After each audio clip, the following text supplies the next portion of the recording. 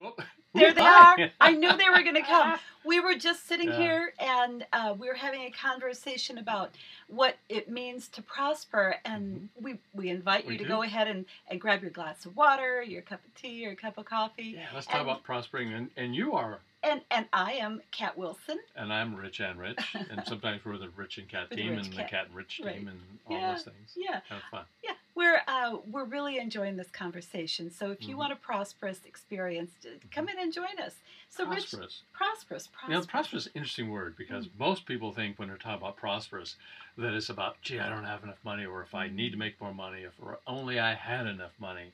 But prosperous is about flourishing in all areas. So if you're going to prosper, you want to prosper in your health, you want to prosper in your family, prosper in your relationships, prosper in your sense of your spirituality, who you are, and have money as part of it too. So in definitions of prosper, it's far more than just having to do with... Yeah. In fact, if you can imagine for a second, if you had a car, and on the car you had one tire you're focusing on, you made sure it was full of air, and that's the money tire. Yeah. And then you went ahead and had the other three flat or almost flat, and you're trying to drive down the road. You're not going to feel all that much comfortable. Even though you had the one, you're going to be wearing out the other tires. So we want to make sure that we're able to focus on a complete package. If you had money, but you didn't have health, how good would that feel? So you want to make sure you've got it, and you're going to make sure you are able to use that within family, friends, community, flourishing in all areas. Where do you like to flourish?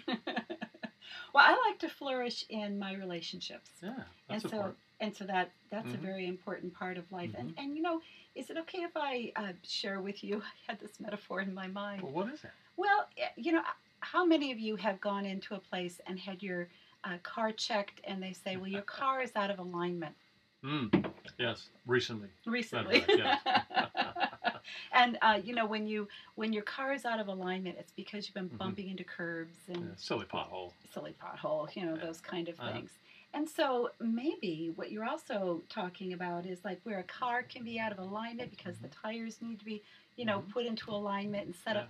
A person might be out of alignment with maybe their beliefs. They could. In fact, I was going to say that's exactly what happens, because a lot of times it's a limiting belief. And a lot of times limiting beliefs weren't necessarily ones we took on. It could be something our family had. For example, I remember in mine that it was often said that you couldn't have money and have spirituality. Kind of like back to the money is the root of all evil. But on the other hand, I know that if you don't have money, then you're not generally feeling like you can live in the place you like to live. May not be as healthy as you want to be. You might not be able to go to school. There's so many things that aren't available. So it's not money that's the root of all evil. It was always the old love or greed. So we need to have, again, that balance where it's not about just one thing. It's about all. What other limiting beliefs could someone have? You got any ideas? Let's see. I'm a woman, so I don't deserve to make more money than the man. That's right. You don't deserve. But on the other hand, if you were to, I think we can allow it to happen. That's okay too. Okay. Well, what about this? You said that. What about working hard? Working hard. In order to get money, I have to work hard in order to earn that money. Yeah, and the harder I work, and the more I'll make. Yet, don't we both know a lot of people that are working really hard, some of them even 2 jobs, and they never quite make ends meet? So it's not necessarily about working hard as where they're expending the energy and how they're doing it. And if what they're doing isn't working, as we say, time to do something different. It is. It is time to do something different. And for those of you who are interested in maybe doing something different and really getting into a definition of and a belief of prospering, well, Rich and I have something special to share with you. How would you feel if you could create a state, a feeling, a sense of yourself where you felt more in control, where you had a sense of calm and you could feel the strength and you had a sense of focus or flow, and you had that as your natural sense of how you were throughout the day? I would love that. So we're going to help work with people to find out what the limiting beliefs are and do some magic, some processes to help to clear those away.